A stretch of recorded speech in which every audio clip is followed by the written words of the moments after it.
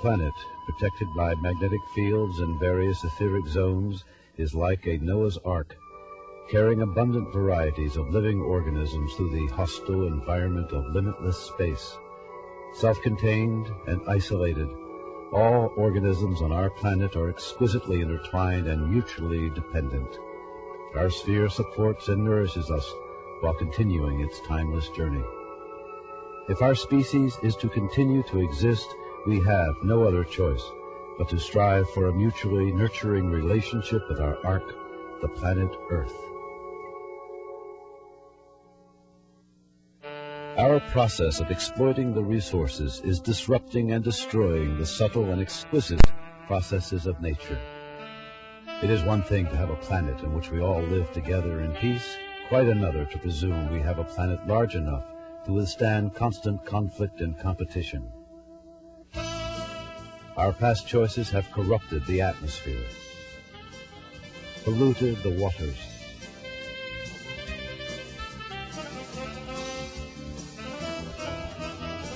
caused us to develop nuclear products for which we have little understanding and even less appreciation of their long-term effects.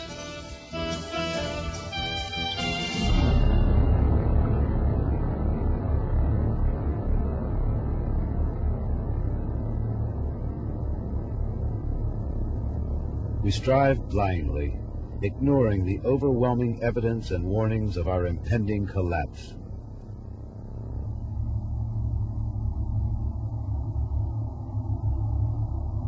We have a choice between abundance or the specter of a dead planet.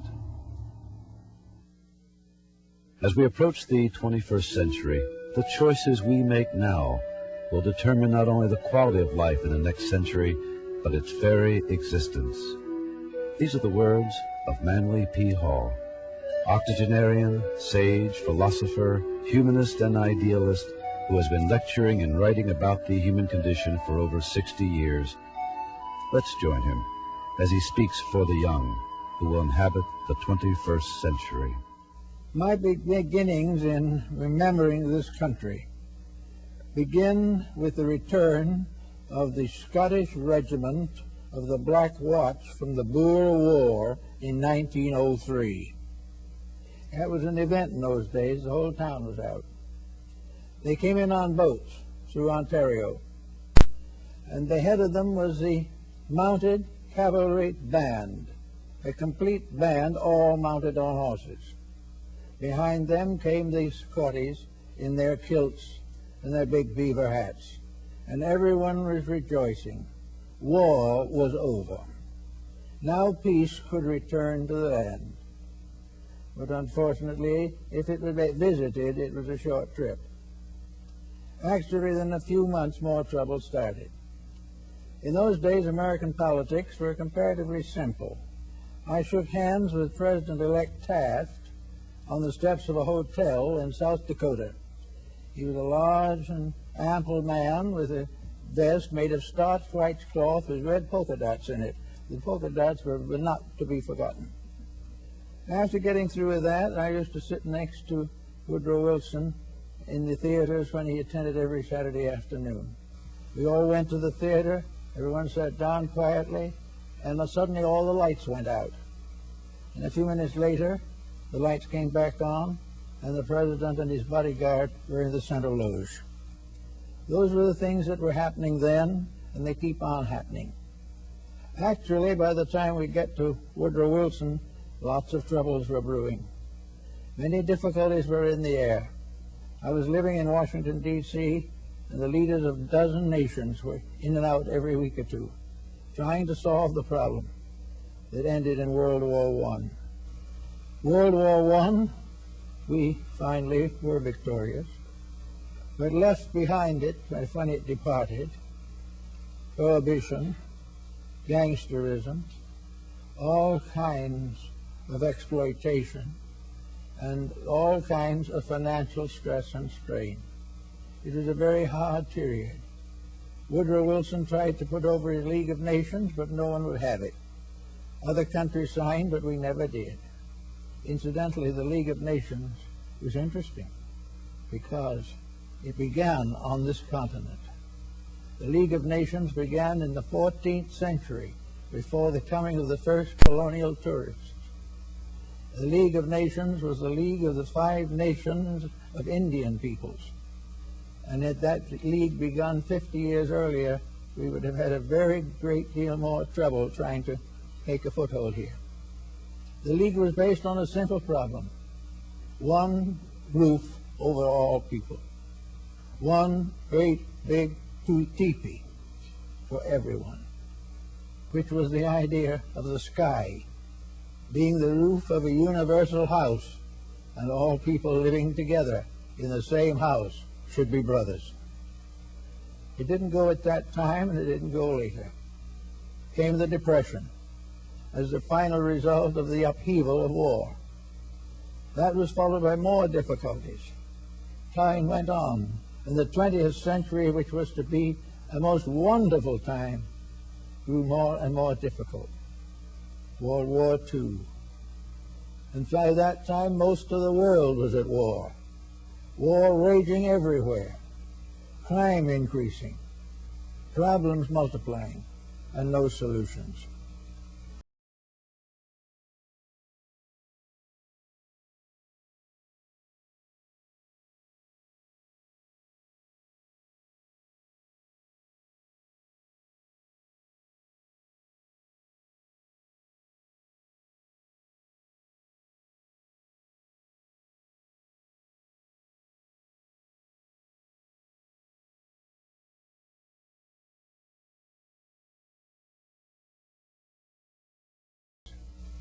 Unfortunately, at the present moment, there does not seem to be too much substantiation for this idea that it can be solved so quickly. But much can be done in the face of the fact that for over 100 years, nothing has been done that actually helped to solve or bring peace to a troubled world. To meet this, therefore, it seems we have to get at new ideas. And you young people growing up in this new century are the ones who must have these ideas. You must have the courage to live up to them and the integrity to protect them. There has to be change. If there is not change, there is nothing but disaster. We cannot go on as we were. In the 19th century, we had plenty of land. We no longer have it. We had plenty of water. We no longer have it. Little by little, the stamina of the people has been undermined. So to do something about it, we have to start with this new generation coming in. We can share with it some of the wisdom we have gained, but we must watch them put this to work and do the things that we have been unable to do. There are great potential possibilities, but if we don't stop thinking of nothing but fun and profit, we're going to be in the same problem we have been in the world for the last 4,000 years. So if we have things to learn, and we must learn them. Now, when we get down to problems, what to do about these things, how does it all start? Are we going to be able to legislate at Reformation? Are we going to be able to elect people who are going to clean the mess and give us back the integrities we have lost? Not very likely. The final solution of the whole problem rests upon personal integrity. There must be more people who honestly want to live in a better world. If there are not more people, there will not be a better world. Now, looking over the various possibilities, I came on one that seemed to be rather important, and that is the importance of education in the solution of all these problems. But what do I mean by education? Do I mean the kind of schooling we've been getting now? Well, not exactly. It won't work out. But I mean education as teaching basic principles of life. There can be no education without ethics. Unless we believe in right, there is no way of living in a right world. If we do not believe in moralities, we can never live in a moral atmosphere. And unless we continue to develop virtues, we will drown in our own vices. To make this a part of a school system seems to be very interesting. Now, I go back to Egypt, a very colorful country, for certain principles to discuss. In Egypt, the Egyptian was not born a citizen.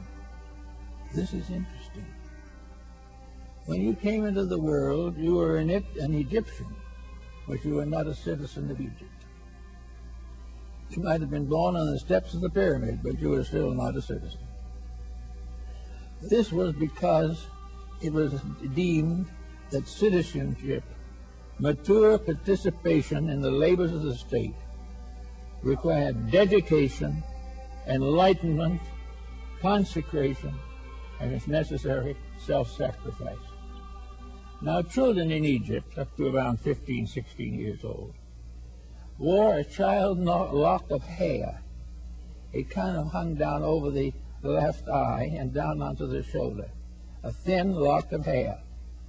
And this was called the child lock. And as long as that lock of hair was there, that person was not responsible for knowledge which he did not possess. He could not be blamed for mistakes that he did not know better than to make. But there came a ceremony finally, and in the presence of all concerned, the priests of Thebes and Luxor and Memphis gathered together those who were aspirants to become citizens of Egypt. And they had a great ceremony and invoked the gods and made these young people accept the responsibility of Egyptian citizenship. And from the records we still have of those old times, we get some key to what the instructions were. The first instruction was, you must obey the laws of the gods of Egypt. You must obey the laws of Osiris and Amenhotep. You must obey the laws of the state.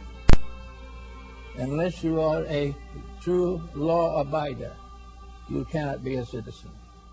You had to be truthful, honest in your weights and measures, kind to those in need, helpful for the forlorn and the sick, forever charitable. And at this point was introduced the great negative confession of the Book of the Dead. When the Egyptian died and went into the other world, they believed in Egypt that he had to answer to the gods of the underworld for his reputation on earth. He had to be able to give a statement of that he had kept the 600 rules by which the Egyptian regulated his conduct. Maybe he couldn't keep them all, but he did the best he could. But he was working always under the pressure of being a good person, a dedicated person, and an Egyptian was an individual who could stand out upon all sides and prove that in every way he was trustworthy, honorable, honest, enlightened, and kind. After he had taken all these obligations so forth, the little lock of hair was cut off, and the child became a man or a woman, became an Egyptian citizen, having the privileges and rights of a citizen. But without this bond, it could not happen. So let's move this forward into another type of world and see what we have here now. Supposing we had not here a citizenship by birth, but a citizenship by dedication. Supposing instead of being born an American, we went to school, the lower grades, middle school, and finally graduated from high school. At the time of high school graduation, then citizenship would be a matter of consideration. When the American boy or girl decides to go in for a life of government or statesman's craft, they should not be out merely to get money. There should be reasonable wages, proper salaries, proper things necessary, but everything should be pointed to the fact that the citizen is a servant of the needs of the people.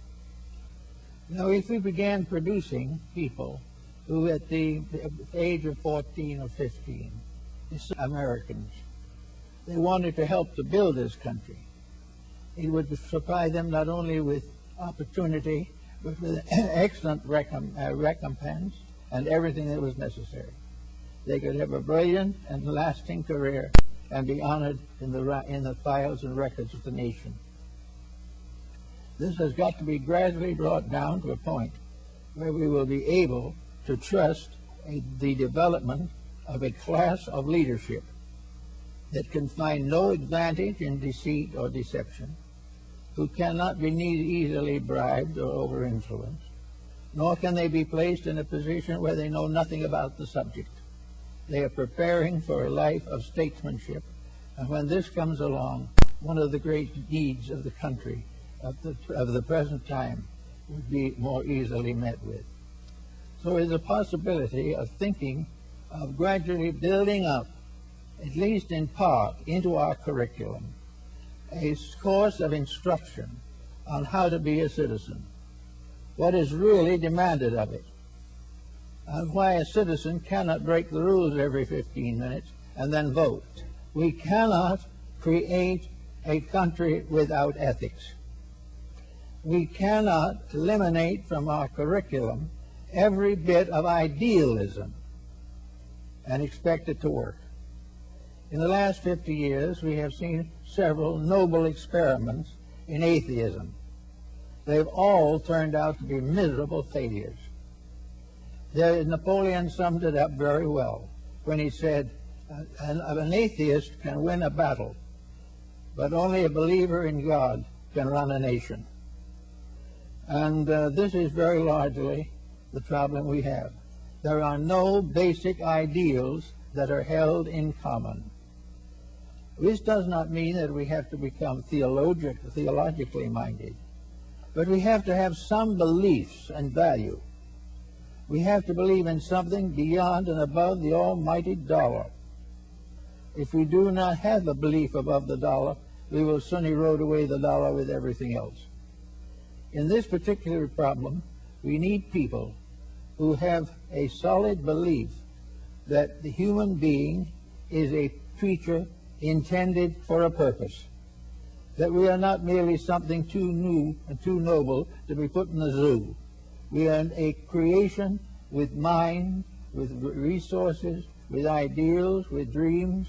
We have created great art and great music, but we have also created monumental crime. We have all the wisdom of the past, and all we can do with it is create nuclear weapons. We've got to get a different attitude toward life.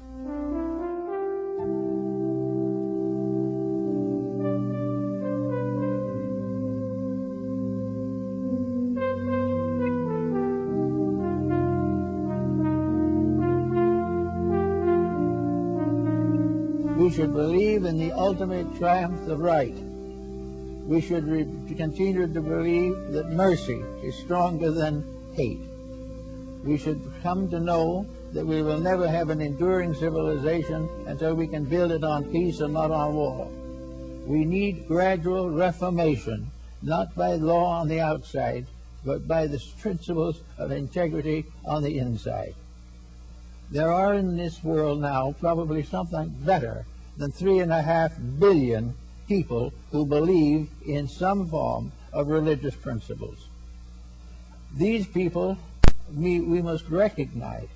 We must not view everyone who differs from us as being wrong. We must view the individual who has no ideals as the one who is wrong. We must recognize the importance of having principles and standing with them, if necessary, suffering for them. And in most of the nations which have been dominated by completely economic policies, idealism is coming back. Again, the churches are being opened because the country cannot exist without them. But the churches are symbolical. The church opening is our own opening. It is the individual opening his heart and mind to a solutional program better and deeper and more enduring than anything that he can get from the outside. He must learn to depend upon integrities. He must recognize that the universe is governed by law. Even the scientists will tell him that. And laws are very definite. As ye sow, so shall ye reap. For centuries we have been sowing a hurricane, and we are reaping a hurricane. The time has come when he cannot continue to do these things. We must begin to think in terms of solution. these problems will not go away. We cannot brush them under the edge of the rug.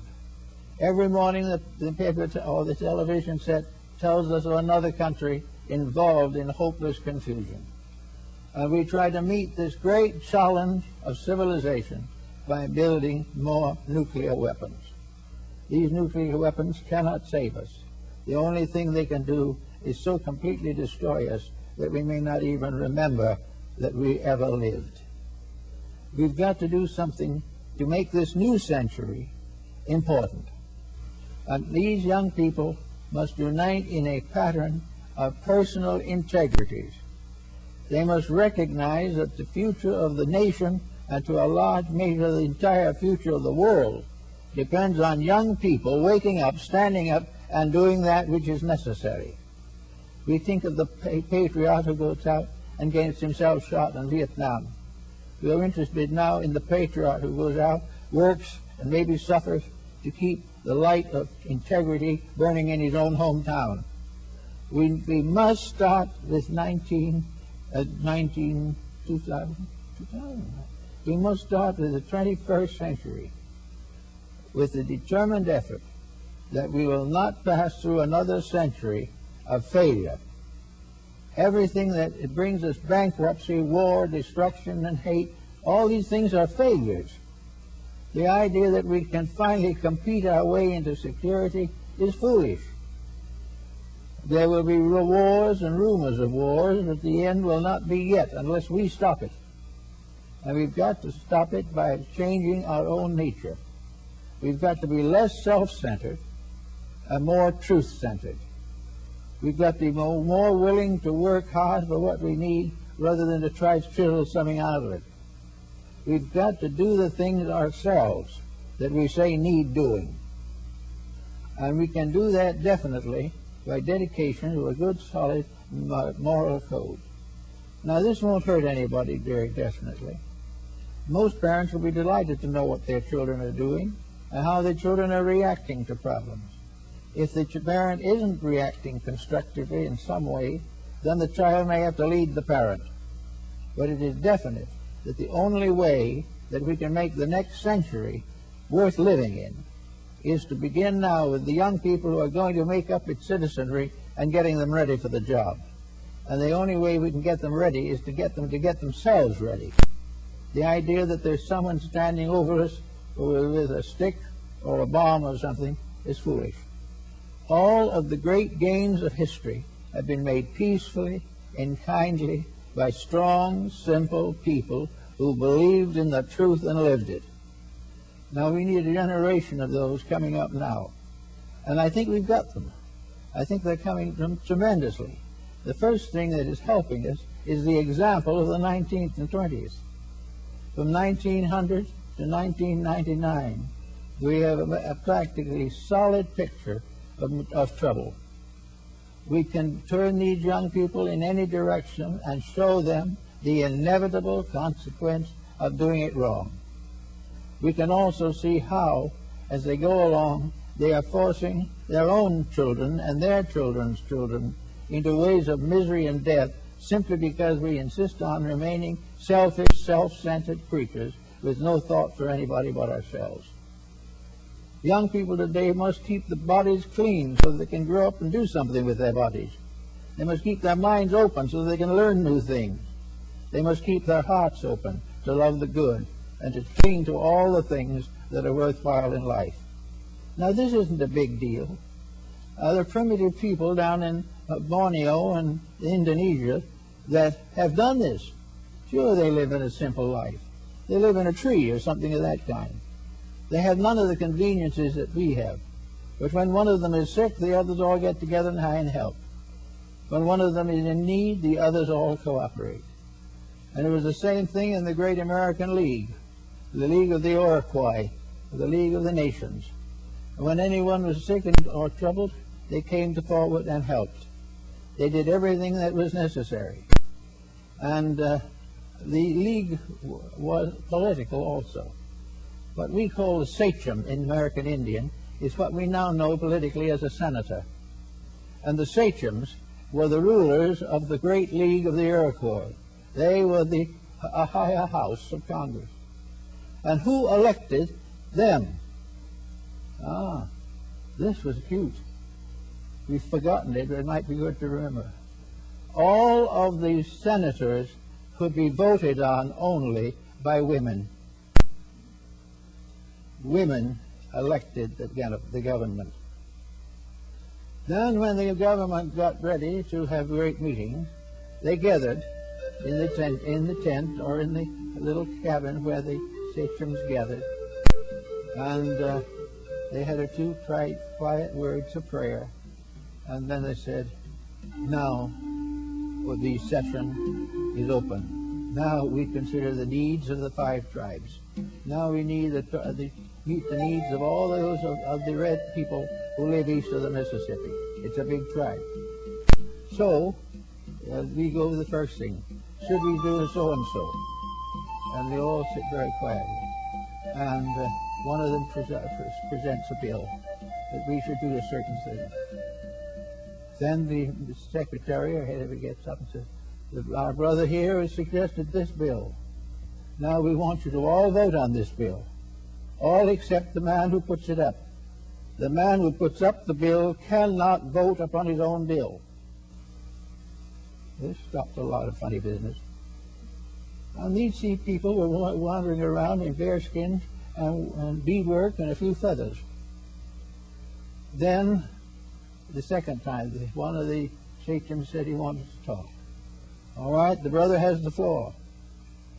And it must be remembered that when he has the floor, he must not accuse anyone of anything, disparage anyone of anything, but present such facts as he regards necessary to be corrected as facts. And they would plan out what they were going to do. And then one of them said, I want to go across the country to a tribe on the other side, and I must have protection against wild Indians in between. Satan said, that is possible. So they gave him the belt, a wampum belt of beadworks and shell. And this wampum belt was the peace belt of the Iroquois League. And with that, an Indian from any tribe could travel anywhere in the United States area with perfect safety. No one would consider doing him any harm. And as a special reward for his wonderful work with the Indians, they gave William Penn a peace belt so that he could go anywhere. And the peace belt has a red man and a white man shaking hands as a symbol of eternal peace. This was so good. You know, the Indians loved Penn. We don't really know how much they loved him. But they had great troubles because they didn't know what to do with him when he died. He wasn't an Indian. He couldn't go to an Indian heaven. And yet they had to take care of him. He was been good to all of them. They had to make sure that he had the best of everything in the afterlife. So they worked it all out. They built a little cabin right at the entrance of the Indian paradise, where he could sit on a chair and watch his Indian brothers go in and out, and they all call out and visit with him, and would know him and remember him forever. Now these are foolish, stupid children's ideas, perhaps, but they are greater than war, and more wonderful than crime, and certainly a greater blessing to humanity than cupidity and decay. Everywhere we're going to have to dream some good dreams, create some new circumstances because they're necessary, be kinder, be wiser, and in every way that we can, remember the great problems that we all face together. This world is shrinking.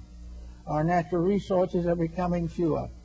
Every effort is being made to tie up, bind up, and exploit our remaining natural resources. This is a great mistake. So we'd like to see young people starting out in this new generation a little different than the one we've just seen. We would like to have them think in terms of planning good lives together, planning a marriage that's going to stick, planning children who are going to be loved and treated well, planning the problems of responsibility to raise and maintain homes under a strenuous economic problem, remaining in all things faithful to principles and wise enough to teach them to the young. The founder of our public school system was a Moravian minister by the name of Comenius. He has been recognized, he's known throughout the whole educational world. But Comenius had a very simple philosophy of life. He said the most important of all schooling is the mother school. The mother school is what the child learns at its mother's knee before it ever goes to school. We have to change our ways or we will not change our destinies. We will have to think straight or we're going to be in very bad trouble. But this seems as though it was a gift from heaven that there should be this century coming up, the 21st century. Nearly 500 years ago, Nostradamus, a great prophet and astrologer and astromancer of his day, made a prophecy. He said that at the end, or near the end, of the 20th century, there would be a great confusion upon the face of the earth, that the sky might be black with weapons and machines carrying death, but that the great effort to destroy would not succeed. Truth would come, and after the end of the 20th century, the Paraclete would come, and that was the great teacher. After the violence, there would come a beautiful and noble being, a wonderful leader, a great soul, who would bring together the peoples of the earth into the brotherhood of mankind under the tender governing of the fatherhood, motherhood of God. So that the old prophets of old prophesied the importance of this 21st century. And as it comes nearer and nearer, these children of today will be in their early 20s when this century comes. They will be right at the age when they want to start doing things, building things. They want to be honest. They want to be true. They want to have an opportunity to do what is right. We must do all we can to prepare them by giving them a proper education. And then we must do all we can to support them by standing behind them in the good things they try to do and recognize that a great life is not one in which there is a great emphasis upon material success, but a great realization of a life lived for the common benefit of all that lives. We have to think about these things. If we do not think about them, we are sometime going to be very sorry. We must get to work ourselves as individuals and build the way we want to go. As we grow up, we will then become the legislators. We will come in and do the work that will be appointed to us by our own experience. We can then build better governments, better nations, better families. We can do all the things we've dreamed of, but we've got to do it ourselves. So I think that all of us should recognize this present coming century that we're coming into now as the greatest opportunity we'll ever have to make a good world better, to get rid of the things that are not right, straighten out things, lift ourselves out of the despotism of selfishness into the clear light of friendship, brotherhood, and equality. We are theoretically intended to be a free people, but no one can be free who is subject to his own ignorance. The only way we can be free, really, is to be free of the over-influence of other people. And we are over-influenced because we do not know ourselves. If we know what is right ourselves, no one else can over-influence us. We cannot be easily hoodwinked. It is very difficult to cheat an honest person. But the individual who is corruptible for a profit is at the basis of all our miseries. So we'd like all these young people to think as much as they can of a new generation and a new world rising up from the ashes of the dead. Phoenix-like, a new civilization of the young, to build upon the future, build into the years and centuries to come, the foundations of a nation and a world that can endure in peace among the histories of mankind. We have a long history of trouble. Let's begin a great history of success, peace, chivalry, and understanding. Let us be able to look each other in the eye and say, God bless you.